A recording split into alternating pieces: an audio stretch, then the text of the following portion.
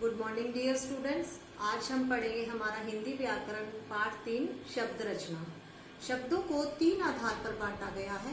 पहला है उत्पत्ति के आधार पर, दूसरा है बनावट के आधार पर और तीसरा है प्रयोग के आधार पर। हमने अपनी पिछली कक्षा में पढ़ा है कि वर्ण किसे कहते हैं पाठ 2 में। तो वर्णों से शब्दों का निर्माण किस तरह से होता है।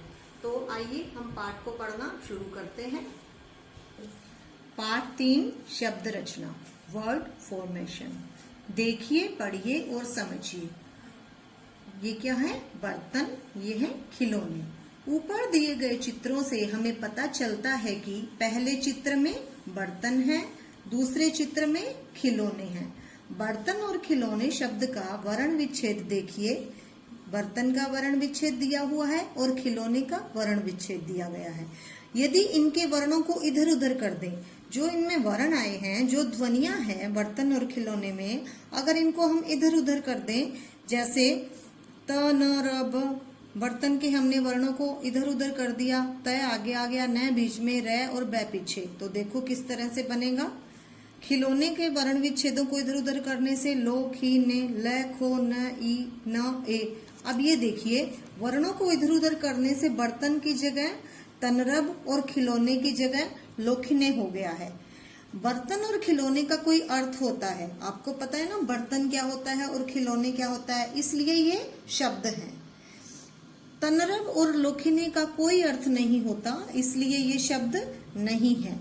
सही वर्णों के योग से ही सार्थक शब्द बनता है, अतः हम कह सकते हैं वर्णों के सार्थक समूह को शब्द कहते हैं। अब देखिए, यहाँ पर ये वर्णों का सार्थक समूह है और यहाँ पर ये निरर्थक समूह है। मतलब इस समूह में सारे वर्ण इधर उधर कर दिए हैं, तो ये कोई अर्थ नहीं बनता। तो हम तर्नब और लोखिने को शब्द नहीं कह सकते, सिर्फ बर्तन और खिलौने ही शब्द हैं। आइए अब हम आगे पढ़ते हैं। अब देखिए, शब्दों के भेद। शब्दों को 3 आधार पर बांटा गया है। उत्पत्ति, स्रोत के आधार पर कि ये कहाँ से आते हैं, कहाँ से पैदा हुए हैं। दूसरा है प्रयोग के आधार पर और तीसरा है बनावट के आधार पर। तो पहला हमारा आधार है वो है उत्पत्ति के आधार पर शब्द 4 प्रकार के होते हैं। अब देखिए, उत्पत्ति के आधार पर शब्द हैं हमारे 4 तरह के। पहला है तत्सम, दूसरा है तद्भव, तीसरा है देशज शब्द और चौथा है विदेशी शब्द। अब हम पढ़ेंगे तत्सम शब्द के बारे में। तत्सम शब्द वे शब्द होते हैं जो कि मूल रूप से संस्कृत भाषा के शब्द होते हैं। देखिए, तत्सम जो शब्द संस्कृत भाषा से हिंदी भाषा में ज्यों के त्यों मतलब रूप नहीं बदलता, प्रयोग में आते हैं, वे तत्सम शब्द कहलाते हैं। जैसे दधि, क्षेत्र, सत्य, ग्राम आदि। दूसरा है तद्भव। संस्कृत में ऐसे शब्द जो कुछ रूप बदलकर हिंदी में प्रयोग किए जाते हैं, वे तद्भव शब्द कहलाते हैं। जैसे दही, खेत, सच, गांव आदि। अब देखिए, यहाँ पर तत्सम में दधि, हिंदी में ये बदलकर दही हो गया। क्षेत्र, संस्कृत में क्षेत्र और हिंदी में ये बदलकर इसका रूप क्या हो गया, खेत। सत्य, इसका रूप बदलकर हिंदी में हो गया सच। ग्राम, गांव, इसका हिंदी में रूप हो गया गांव। तत्सम तद्भव शब्द के कुछ अन्य उदाहरण ये देखिए। यहाँ पर ये तत्सम शब्द हैं और ये कुछ परिवर्तन के बाद हिंदी में इनका प्रयोग, जैसे रात्रि, रात, अग्नि, आग, दुग्ध, दूध, प्रथम, पहला। इस तरह से इनमें थोड़ा परिवर्तन होकर ये हिंदी में आते हैं। थोड़ा सा रूप इनका बदल जाता है, तो वो क्या कहलाते हैं, तद्भव। अब हमारा तीसरा इसका है भेद, देशज शब्द। देशज का अर्थ है देश में उत्पन्न, जो हमारे देश में उत्पन्न है। जो शब्द भारत के विभिन्न क्षेत्रों से, आम बोलचाल की भाषा से, अलग अलग क्षेत्रों में जो आम बोलचाल की भाषा होती है, जो बोली होती है, उनसे जो शब्द लिए जाते हैं उन्हें देशज शब्द कहते हैं। जैसे पगड़ी, खिचड़ी, जूता, चारपाई, बर्तन, इस तरह के ऐसे बहुत से शब्द हैं जो कि देशज शब्द कहलाते हैं, जो कि हमारे भारत के अलग अलग क्षेत्रों से आते हैं। अगला है विदेशी शब्द। विदेशी मतलब आगत। आगत होता है जो दूसरे देशों की भाषाओं से हिंदी में आए हैं, वे क्या कहलाते हैं? विदेशी शब्द। जैसे स्कूल, रुमाल, अलमारी, ऑल पेन, इंस्पेक्टर, डॉक्टर, ये सारे ऐसे विदेशी शब्द हैं जो कि दूसरी भाषाओं से आए हैं, जो दूसरे देशों की भाषाओं से हिंदी में आ गए हैं, तो वो क्या कहलाते हैं? विदेशी शब्द।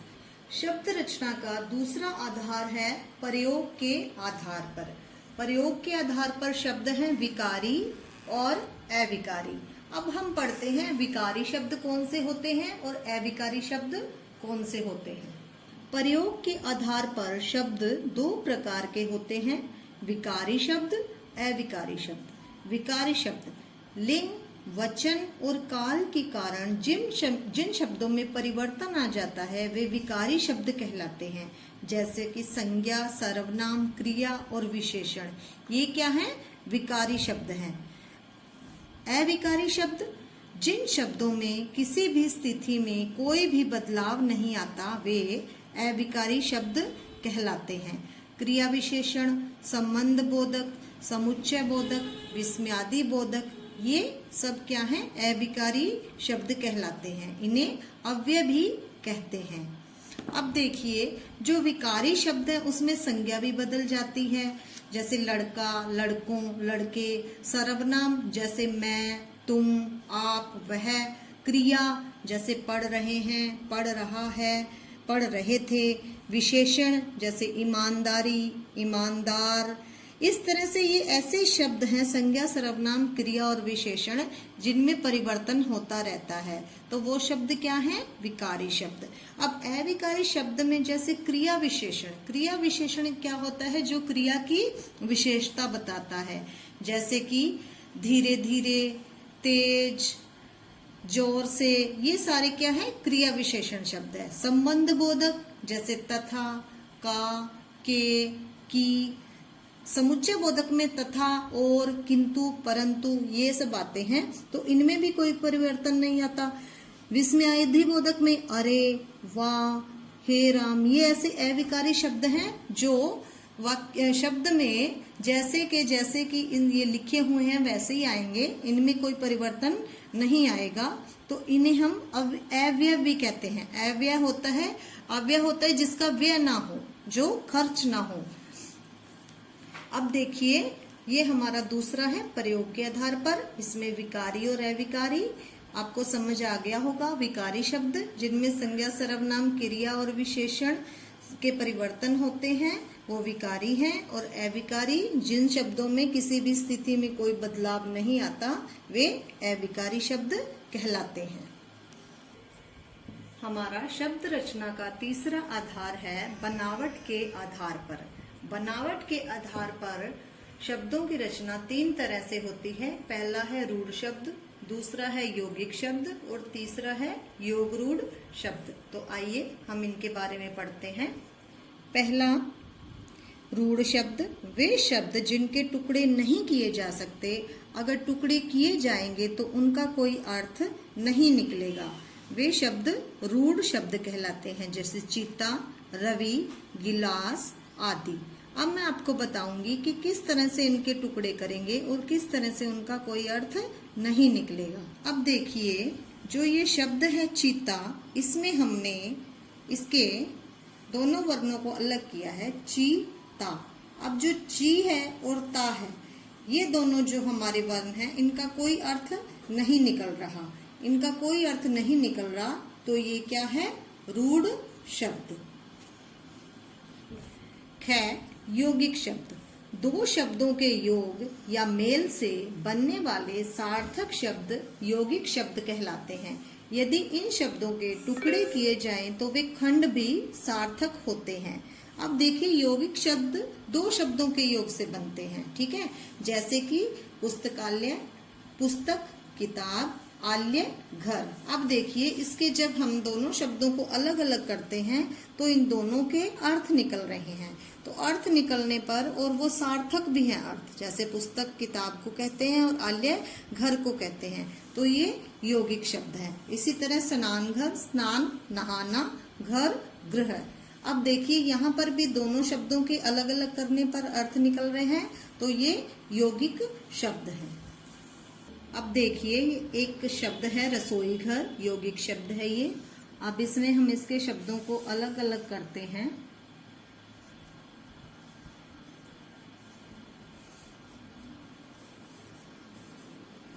अब रसोई का भी एक अर्थ है। रसोई का अर्थ है खाना बनाने की जगह, और घर घर इसका भी मतलब निकलता है कोई। तो यहाँ पर ये दोनों शब्द हैं, इन दोनों का अर्थ निकल रहा है। तो रसोई घर शब्द क्या है? यौगिक शब्द। अब देखिए योगरूढ़ शब्द, जो शब्द दो या दो से अधिक शब्दों के योग से बनते हैं और किसी विशेष अर्थ को प्रकट करते हैं, वे योगरूढ़ शब्द कहलाते हैं। जैसे लंबोदर, लंबा जमा उद्र, उद्र होता है लंबे उद्र वाला अर्थात गणेश। लंबोदर लंबा उदर है जिसका गणेश। दशानन, दश जमा आनंद, 10 आनंद वाला अर्थात रावण। अब योगरूढ़ शब्द में आपको पता लग गया होगा कि दो या दो से अधिक शब्दों के मेल से बनते हैं। लंबोदर लंबा उदर पेट, लंबा है पेट जिसका, लंबे उदर वाला या लंबे पेट वाला गणेश। दशानन, 10 आनंद सिर, 10 आनंद वाला कौन है? अर्थात रावण। इस तरह से इन शब्दों का एक और अन्य अर्थ निकल रहा है। तो ये शब्द क्या है? योगरूढ़ शब्द। अब योगरूढ़ शब्द का एक अन्य उदाहरण देखिए, त्रिनेत्र। त्रिनेत्र शब्द है जो, अब हमने इसके शब्दों को अलग अलग किया है। त्रि जमा नेत्र। त्रि है, त्रि का मतलब यहाँ पर त्रि से 3, नेत्र आंख, 3 है आंख जिसके, कौन है? शिव जी। तो यहाँ पर त्रिनेत्र से अभिप्राय है कि वो शिव जी के लिए ये शब्द प्रयोग में लाया गया है। तो यहाँ पर त्रिनेत्र शब्द के शब्दों को अलग करने पर एक तीसरा अर्थ निकल रहा है शिव जी, तो ये योगरूढ़ शब्द है। तो आइए पाठ को दोहराते हैं। वर्णों के सही क्रम को शब्द कहते हैं। शब्दों को 3 आधार पर बांटा गया है: उत्पत्ति के आधार पर, प्रयोग के आधार पर, बनावट के आधार पर। उत्पत्ति के आधार पर शब्द के भेद हैं: तत्सम, तद्भव, देशज, विदेशी। प्रयोग के आधार पर शब्द के भेद हैं: विकारी शब्द, अविकारी शब्द। बनावट के आधार पर शब्द के भेद हैं: रूढ़ शब्द, यौगिक शब्द, योगरूढ़ शब्द। लिंग, वचन और काल के कारण जिसमें परिवर्तन होता है वे विकारी शब्द होते हैं। जिन शब्दों में किसी भी स्थिति में कोई परिवर्तन न हो वे अविकारी शब्द होते हैं। तो स्टूडेंट्स, मैंने आज आपको शब्दों के बारे में, शब्दों की रचना किस प्रकार से होती है और शब्दों के भेद कौन कौन से हैं, किस आधार पर उन्हें बांटा गया है, ये आपने अच्छी तरह समझ लिया होगा। और इस पाठ का मैं आपको जल्द ही अभ्यास कार्य PDF के माध्यम से आपके फोन पर उपलब्ध करवा दूंगी। धन्यवाद।